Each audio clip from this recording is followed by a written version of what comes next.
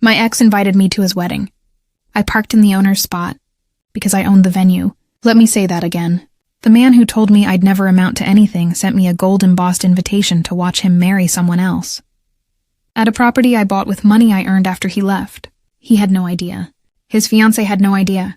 And when their coordinator told me to move my car or she'd have it towed, I pulled out the deed. Want to know what happened when he saw me walk in? Before we get there, do me a favor. Drop your time zone in the comments and hit that like button. You're going to want to stay for this, because what started as a parking spot turned into the most satisfying business transaction of my life. He had no idea what was coming. His name was Ryan. We dated for 3 years, met in Malaysia, moved in together after graduation. I thought we were building something. Then one Sunday morning he sat me down at our kitchen table and said, "I need someone who can keep up with where I'm going." He'd met someone at a networking mixer. Someone with family money. Someone, quote, better connected. He was gone by the end of the week. I won't lie, it broke me for a while. But here's the thing about heartbreak. You can let it bury you, or you can let it build you. I chose the second option. I'd been working part-time at a catering company during our relationship. After he left, I went full-time. Weddings, corporate events, private parties, 60-hour weeks. I learned every inch of the hospitality business. I saved everything. Every paycheck, every tip, every single receipt. That's important. Remember that part. 18 months after Ryan walked out, a historic venue downtown went up for sale. The owner was retiring. The price was steep, but I had a plan. I made an offer. All cash, it cleared. The property was mine, and I kept running it exactly the way the previous owner had. Quiet, professional. I didn't plaster my face on the website.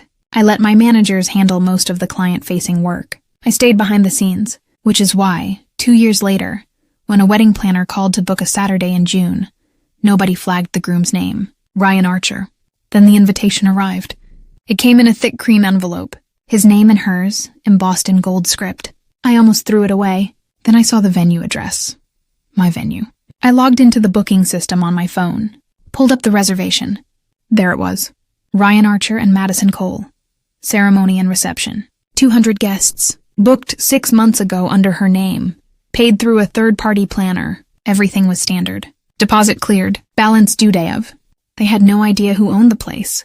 I called my best friend, Jenna. "He invited you to flaunt her," she said. "Don't give him the satisfaction.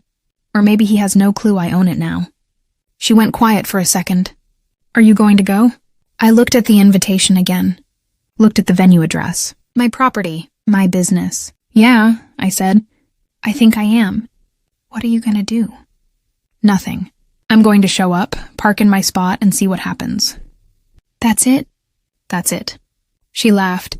"You're terrifying." I RSVP'd yes, marked my calendar, and then I did something I always do before a big event. I pulled the contracts, read every line, made sure everything was airtight, because I had a feeling Ryan had miscalculated badly. I just didn't know how badly yet. The wedding was on a Saturday in June. Perfect weather. 72 degrees. Sun breaking through the clouds. I got there early. Wore something understated. Black dress, low heels. Nothing flashy. I pulled into the private lot behind the building and parked in the spot marked "Owner Parking Only." Then I walked toward the front entrance. That's when it started. A young woman in a headset came running over. My new events coordinator. I'd hired her 2 months ago. She didn't recognize me. "Ma'am, that's owner parking. You can't park there." I smiled. "It's fine." "No, it's not fine. That spot is reserved. You need to move your car right now or I'll have it towed." Guests were starting to arrive. A shuttle driver honked. People stared. Then I heard his voice. "What is she doing here?" I turned. Ryan stood 10 feet away. His face went pale, then red. "You need to leave," he said quietly. The coordinator looked confused. "You know her?" "She's my ex-girlfriend. And she wasn't actually invited." That was a lie. But the coordinator didn't know that. People were pulling out their phones, recording. For a second I felt it. The old doubt. The heat in my chest. Maybe this was a mistake. Then I remembered who signed the deed. I reached into my bag. Pulled out my phone. "Call the owner," I said to the coordinator. "The contact number's in your system." She looked annoyed. "Ma'am, I don't have time. Humor me." She sighed. Pulled out her tablet. Dialed. My phone rang in my hand. I answered. Hi, you've reached the owner. How can I help you? The coordinator's face went white. Ryan froze. I ended the call. Then I pulled out a second document. Laminated. County seal in the corner. The property deed. My name. The venue's address. Dated 18 months prior. I handed it to the coordinator. I'm so sorry, she stammered. I didn't know. Miss Art. It's fine, I said. You were doing your job. Ryan's mouth opened. Nothing came out. Then a woman in a white dress appeared behind him. Madison, the bride. She looked at me, at Ryan, at the deed in the coordinator's hands. What's going on? Ryan's voice cracked. She owns this place. Madison blinked. What? I didn't say anything, just stood there. The deed did the talking. The power had shifted. But that was just the beginning. He had no idea how deep this went. Madison's face went from confused to furious in about 3 seconds. You've got to be kidding me. I'm not, I said calmly. You crashed my wedding because you're obsessed with him? I didn't crash anything. I was invited, and I parked in my spot. She turned to Ryan. You invited your ex? To our wedding? I didn't think she'd actually come, he muttered. Wrong answer. Madison's voice got louder. This is pathetic. You can't let him go, so you're sabotaging the most important day of my life? Guests were gathering now, watching. The photographer kept shooting. I stayed quiet. Let her talk. Then Ryan tried a different angle. Look, he said, voice softer now. We go way back. I figured, after everything we went through together, maybe you'd, I don't know, cut us a break on the price? There it was. A break, I repeated. Yeah, a discount. Family rate or something. We're not family, Ryan. You know what I mean. Madison jumped in. If you don't, I'll make sure every bride in this city knows you're vindictive. I have 15,000 followers. One post and your business is done. The coordinator stepped back. Other vendors were watching now too. My reputation was on the line. My professional network. This was the real test, and I had one more receipt to drop. I opened my phone again. Pulled up the email thread between Madison and my booking coordinator. Before you post anything, I said, let me read you something. Madison crossed her arms. I don't care what, I started reading aloud. Email from Madison Cole, 3 weeks ago. Quote, does knowing the owner personally get us any kind of discount? End quote. Her face changed. Response from my coordinator, no ma'am. Our pricing is standard for all clients. Owner policy. I scrolled down. Your reply, Madison. Quote, fine, she'll never know anyway. End quote. The crowd went silent. Ryan's jaw tightened. I turned the phone around. Showed the screen. Timestamps, her name, her words. You knew, I said quietly. You just thought I'd stay invisible. Madison tried to grab the phone. The coordinator stepped between us. Don't, the coordinator said firmly. Madison's hand dropped. Ryan looked at the ground. I took a breath. Now I understood exactly why they'd invited me. It wasn't about reconciliation. It wasn't even about showing off. It was about humiliation. They wanted me to see him win. To see her win. To watch them celebrate in a place they thought was beyond my reach. And now I knew exactly what I was going to do. I'd done my homework. After I got the invitation, I did a little quiet research. Social media. Public records. You'd be surprised what you can find. Madison came from money. Old money. But 6 months ago, her parents cut her off. They didn't approve of Ryan. Suddenly, the lavish engagement photos made sense. The designer dress, the destination bachelor party in Costa Rica, the honeymoon package to the Maldives, all of it on credit. And the venue? The venue was the crown jewel, the biggest line item on their budget, $18,000 total, half down, half due day of, non-refundable deposit. Ryan had always defined himself by status, by who he knew, by how things looked. Inviting me wasn't an accident. It was a victory lap, proof that he'd upgraded, that he'd moved on to someone better. And I was supposed to sit in the audience and watch, quiet, small, exactly where he'd left me. They never imagined I'd be the one holding the keys. Ryan looked up at me. His voice was barely a whisper. It wasn't supposed to be like this. No, I said. It wasn't. For the first time in 3 years, I was the one in control. And I knew exactly what came next. I turned to my coordinator. Can you give us a minute? She nodded and stepped away. I pulled my venue manager aside. Quiet conversation, low voices. I had 3 options. 1, cancel the event. Breach of civility clause in the contract. Forfeit the deposit. Send everyone home. 2, let it proceed and waive the balance as a gesture of goodwill. Take the high road. Let them have their day. 3, enforce the contract. Exactly as written. No discounts. No favors. Professional. Clean. Boundaries firm. I chose 3. My manager nodded. I'll pull the signed agreement. I stepped back toward Ryan and Madison. Behind me, my lawyer was already on speed dial. I'd sent her the email thread 2 minutes ago. Her text came through. You're covered. It's your property. Contract is airtight. I took a breath. Ryan was staring at me, waiting. Madison had her arms crossed, defiant but shaking slightly. I looked at both of them, and I said the only thing that mattered. The wedding can proceed, but the contract stands. Ryan blinked. What does that mean?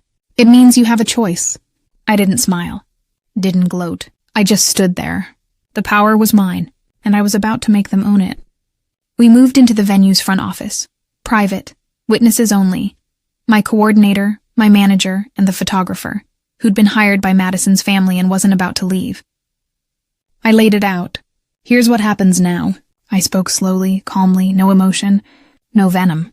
The wedding proceeds on schedule. You pay the remaining balance, $9,000, the credit card we have on file. Madison opened her mouth. I kept talking. You also sign an addendum. It states that you will not harass my staff, damage the property, or post defamatory reviews online. Standard protection clause. And if we don't? Ryan asked. Then you cancel. Per the cancellation policy in your contract, you forfeit the deposit. All of it, and you leave. This is extortion, Madison hissed. No, I said. This is business. My manager slid the contract across the desk, pointed to the clause, black and white. Ryan leaned over and read it. His shoulders sagged. You're really going to do this? Madison's voice cracked. Humiliate us like this? I'm going to run my business, I said. You're welcome to be clients. Or not. The room went quiet. Ryan pulled out his wallet, handed over his card. My manager ran it. The charge went through. $9,000. Cleared. Receipt printed. Time-stamped. Official. Then my manager placed the addendum in front of them.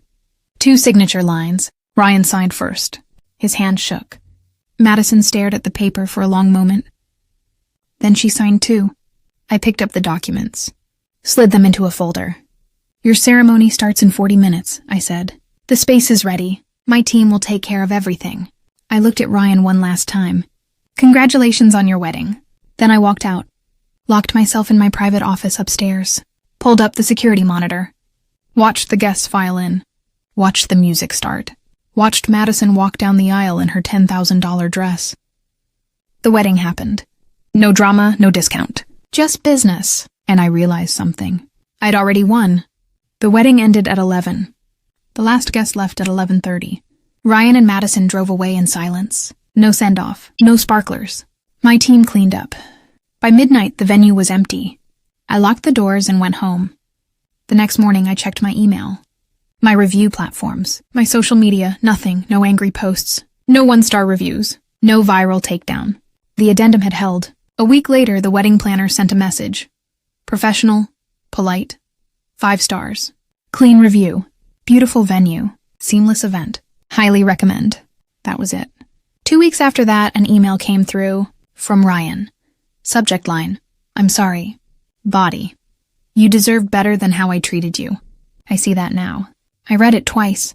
Then I closed it. Didn't reply. Didn't need to.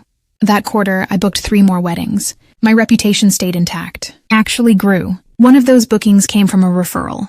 A bride who'd been a guest at Ryan's wedding. She said she'd been impressed by how professional everything was, even under pressure. I smiled when I read that, and then I did something I'd been planning for months. I took a portion of the profit from that season and started a micro-grant program for women starting their own service businesses. Hospitality, catering, event planning, no strings, just support. I didn't plaster my name on it. Kept it quiet.